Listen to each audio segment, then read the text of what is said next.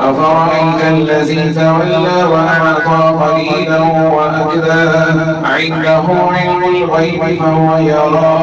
أم لم ينبأ بما في صحف موسى وإبراهيم الذي وفى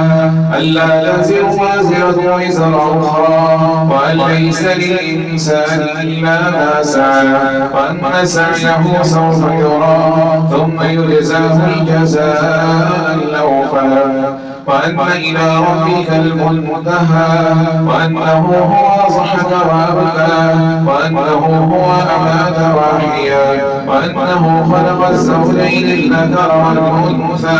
من نطفة إذا تمنى وأن عليه النشأة الأخرى وأنه هو أغنى وأقنى وأنه هو رب الشعرى وأنه هو أهلك عادا الأولى وثمود فما بقى وقوم نوح من قبل إنهم كانوا هم أظلم وأطغى والمؤتفكة أهوى فغشاها ما غشا فبأي آلاء ربك تتمارى هذا نذير من النذر الأولى أزفت الآزفة ليس لها من دون الله كاشفة أفمن هذا الحديث تعجبون وتضحكون ولا تبكون وأنتم سامدون فاسجدوا لله واعبدوا اقتربت الساعة وانشق القمر وإن يروا آية يعرضوا ويقولوا سحر مستمر وكذبوا واتبعوا أهواءهم كل أمر مستقر ولقد جاءهم من الأنباء ما فيه مزدجر حكمة بالغة فما تغني النذر فتول عنهم يوم يدعو الداعي إلى شيء نكر خش عن أبصارهم يخرجون من الأجداث كأنهم جراد منتشر مهطعين إلى الداعي يقول الكافرون هذا يوم عسير كذبت قبلهم قوم نوح فكذبوا عبدنا وقالوا مجنون وازدجر فدعا ربه أني مغلوب فانتصر ففتحنا أبواب السماء بماء منهمر وفجرنا الأرض عيونا فالتقى الماء على أمر قد قدر وحملناه على ذات ألواح ودسر تجري بأعيننا جزاء لمن كان كفر ولقد تركناها آية فهل من مدكر فكيف كان عذابي ونذر ولقد يسرنا القرآن للذكر فهل من مدكر كذبت عاد فكيف كان عذابي ونذر إنا أرسلنا عليهم ريحا صرصرا في يوم نحس مستمر تنزع الناس كأنهم أعجاز نخل منقعر وكيف كان عذابي ونذر ولقد يسرنا القرآن للذكر فهل من مدكر كذبت ثمود بالنذر فقالوا أبشرا منا واحدا نتبعه إنا إذا لفي ضلال وسعر أو ألقي الذكر عليه من بيننا بل هو كذاب أشر سيعلمون غدا من الكذاب الأشر إنا مرسل الناقة فتنة لهم فارتقبهم واصطبر ونبئهم أن الماء قسمة بينهم كل شرب محتضر فنادوا صاحبهم فتعاطى فعقر فكيف كان عذابي ونذر إنا أرسلنا عليهم صيحة واحدة فكانوا كهشيم المحتضر ولقد يسرنا القرآن للذكر فهل من مدكر كذب قوم لوط بالنذر إنا أرسلنا عليهم حاصبا إلا آل لوط نجيناهم بسحر نعمة من عندنا كذلك نجزي من شكر ولقد أنذرهم بطشتنا فتماروا بالنذر ولقد راودوه عن صيفه فطمسنا أعينهم فذوقوا عذابي ونذر ولقد صبحهم بكرة عذاب مستقر فكيف كان عذابي ونذر ولقد يسرنا القرآن للذكر فهل من مدكر ولقد جاء آل فرعون النذر كذبوا بآياتنا كلها فأخذناهم أخذ عزيز مقتدر أكفارهم خير من أولئكم أم لكم براءة في الزبر أم يقولون نحن جميع منتصر سيهزم الجمع ويولون الدبر بل الساعة موعدهم والساعة أدهى وأمر إن المجرمين في ضلال وسعر يوم يسحبون في النار على وجوههم ذوقوا مس سقر إنا كل شيء خلقناه بقدر وما أمرنا إلا واحدة كلمح بالبصر ولقد أهلكنا أشياعهم فهل من مدكر وكل شيء فعلوه في الزبر وكل صغير وكبير مستطر إن المتقين في جنات ونهر في مقعد صدق عند مليك مقتدر الرحمن علم القرآن خلق الإنسان علمه البيان الشمس والقمر بحسبان والنجم والشجر يسجدان والسماء رفعها ووضع الميزان ألا تطغوا في الميزان وأقيموا الوزن بالقسط ولا تخسروا الميزان والأرض وضعها للأنام فيها فاكهة والنخل ذات الأكمام والحب ذو العصف والريحان فبأي آلاء ربكما تكذبان خلق الإنسان من صلصال كالفخار وخلق الجان من مارج من نار فبأي آلاء ربكما تكذبان رب المشرقين ورب المغربين فبأي آلاء ربكما تكذبان مرج البحرين يلتقيان بينهما برزخ لا يبغيان فبأي آلاء ربكما تكذبان يخرج منهما اللؤلؤ والمرجان فبأي آلاء ربكما تكذبان وله الجوار المنشآت في البحر كالأعلام فبأي آلاء ربكما تكذبان كل من عليها فان ويبقى وجه ربك ذو الجلال والإكرام فبأي آلاء ربكما تكذبان الله من في السماوات والأرض كل يوم هو في شأن فبأي آلاء ربكما تكذبان سنفرغ لكم أيها الثقلان فبأي آلاء ربكما تكذبان يا معشر الجن والإنس إن استطعتم أن تنفذوا من أقطار السماوات والأرض فانفذوا لا تنفذون إلا بسلطان فبأي آلاء ربكما تكذبان يرسل عليكما شواظ من نار ونحاس فلا تنتصران فبأي آلاء ربكما تكذبان فإذا انشقت السماء فكانت وردة كالدهان فبأي آلاء ربكما تكذبان فيومئذ لا يسأل عن ذنبه إنس ولا جان فبأي آلاء ربكما تكذبان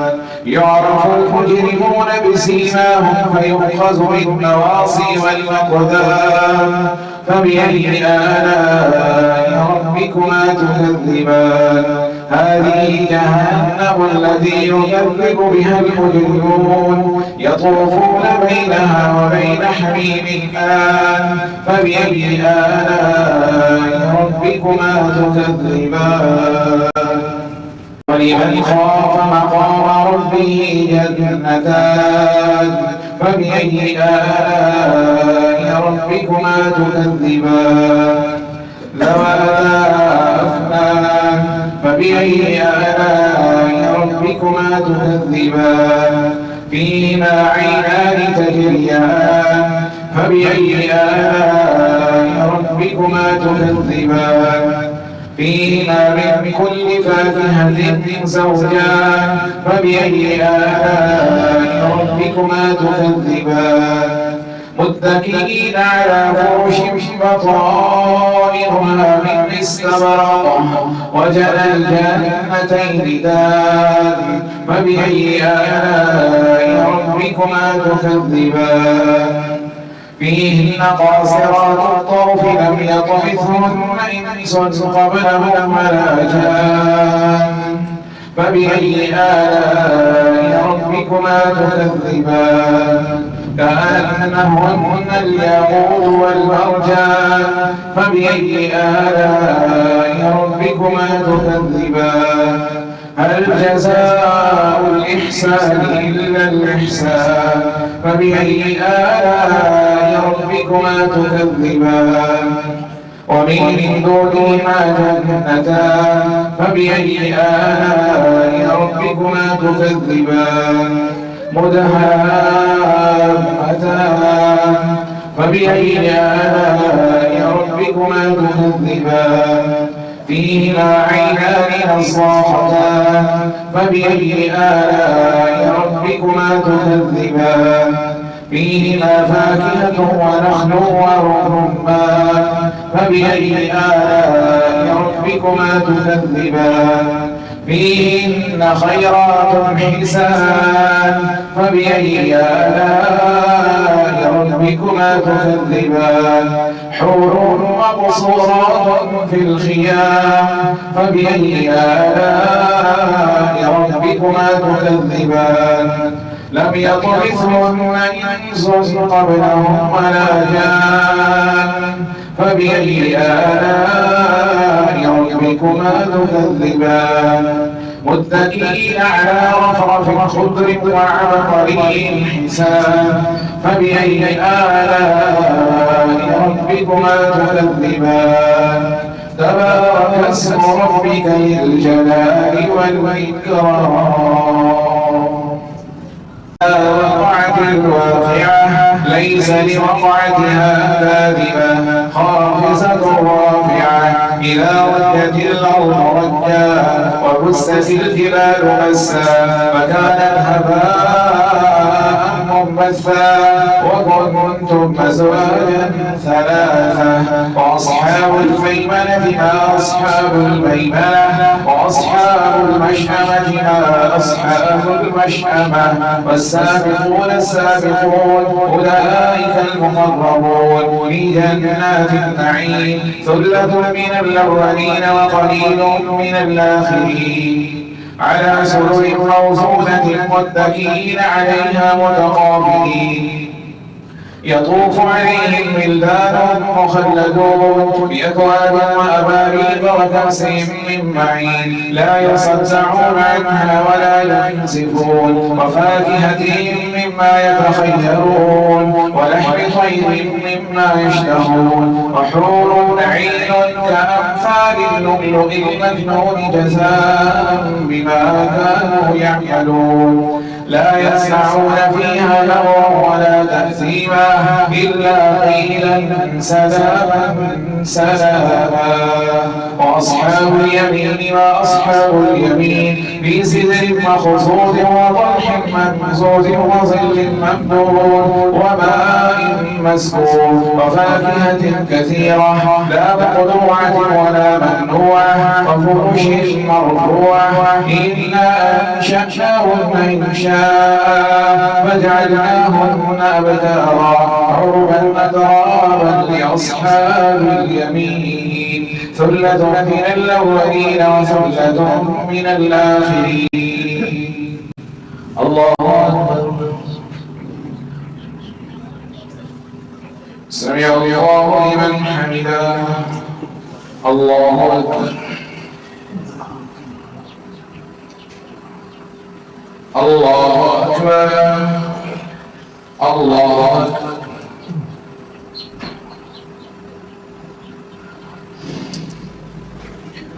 الله أكبر.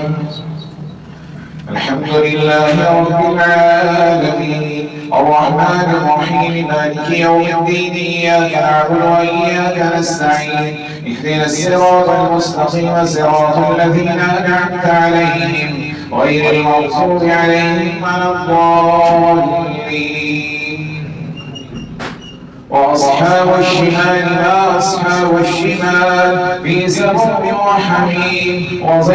من يحموم لا بارد ولا كريم إنهم كانوا قبل ذلك مترفين وكانوا يصرون على الحنث العظيم وكانوا يقولون أئذا متنا وكنا ترابا وعظاما أئنا لمبعوثون أوآباؤنا الأولون قل إن الأولين والآخرين لمجموعون إلى ميقات يوم معلوم ثم إنكم أيها الضالون المكذبون لآكلون من شجر من زقوم فمالئون منها البطون فشاربون عليه من الحميم فشاربون شرب الهيم هذا نزلهم يوم الدين نحن خلقناكم فلولا تصدقون أفرأيتم ما تمنون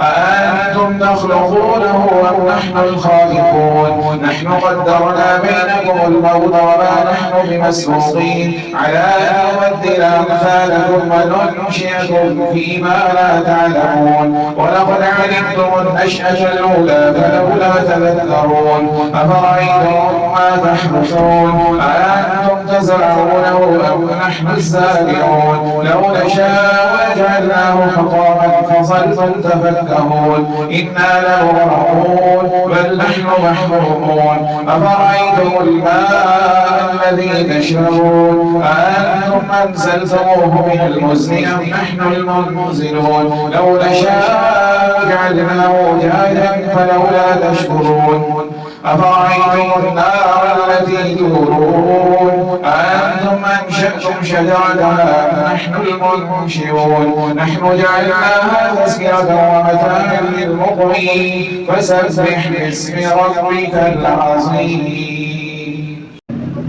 فلا أقسم بمواقع النجوم وإنه لقسم لو تعلمون عظيم إنه لقرآن كريم في كتاب مكنون لا يمسه إلا المطهرون تنزيل من رب العالمين أفبهذا الحديث أنتم مدهنون وتجعلون رزقكم أنكم تكذبون ولولا إذا بلغت الحلقوم وأنتم حينئذ تنظرون ونحن أقرب إليه منكم ولكن لا تبصرون فلولا إن كنتم غير مدينين ترجعونها إن كنتم صادقين فأما إن كان من المقربين فروح وريحان وجنة نعيم وأما إن كان من أصحاب اليمين فسلام لك من أصحاب اليمين وأما إن كان من المكذبين الظالمين فنزل من حميم وتصلية جحيم إن هذا لهو حق اليقين فسبح باسم ربك العظيم.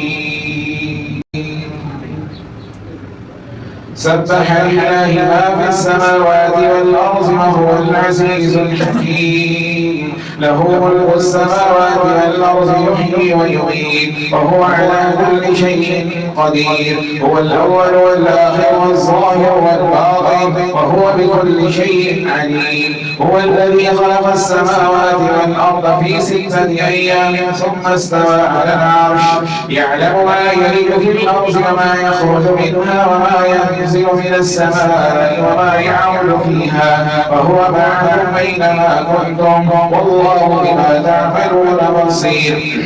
له ملك السماوات والأرض وإلى الله ترجع الأمور. يولد الليل في النهار ويولد النهار في الليل وهو عليم بذات الصدور. آمنوا بالله ورسوله وأنفقوا مما جعلكم مستخلفين فيه فالذين آمنوا منكم وأنفقوا لهم أجر كبير. وما لكم لا تؤمنون بالله والرسول يدعوكم لتؤمنوا بربكم فقد أخذ ميثاقكم إن كنتم مؤمنين. هو الذي ينزل على عبده آيات بينات ليخرجكم من الظلمات إلى النور وإن الله بكم لرؤوف رحيم. وما لكم ألا تنفقوا في سبيل الله ولله ميراث السماوات والأرض لا يستوي منكم من أنفق من قبل الفتح وقاتل أولئك أعظم درجة من الذين أنفقوا من بعد وقاتلوا